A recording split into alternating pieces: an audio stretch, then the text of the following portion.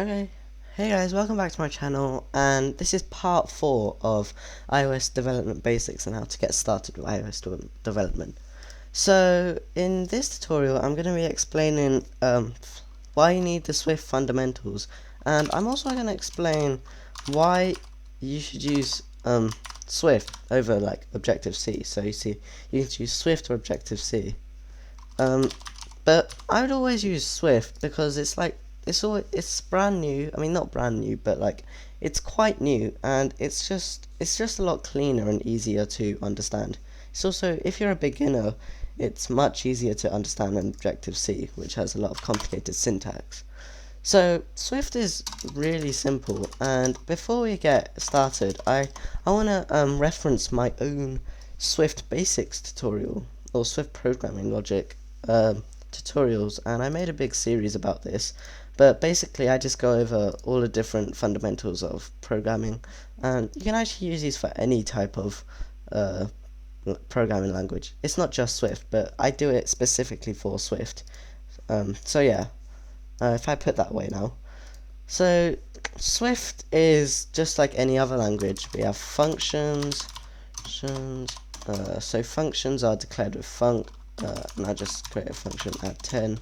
You can pass arguments with, actually I think they might be called parameters. I don't know. Add 10 and then number. You just declare what number this is, and then you just return. You return turn number plus 10. So that's how you use any functions. You can add parameters, and you can also return things. And you also have if-else statements. So if-else statements are so easy. So let me create a new variable.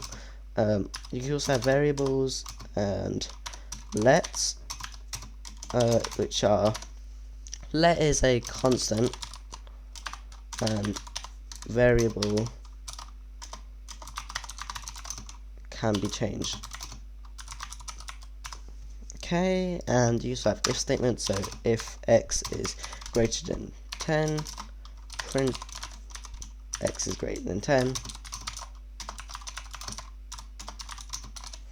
And then you have else. You also have else if.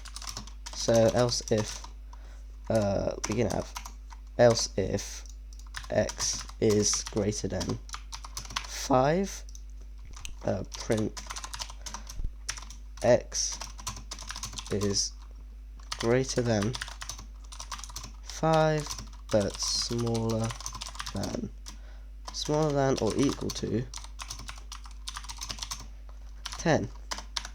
And then we just have else print x is smaller than or equal to 5.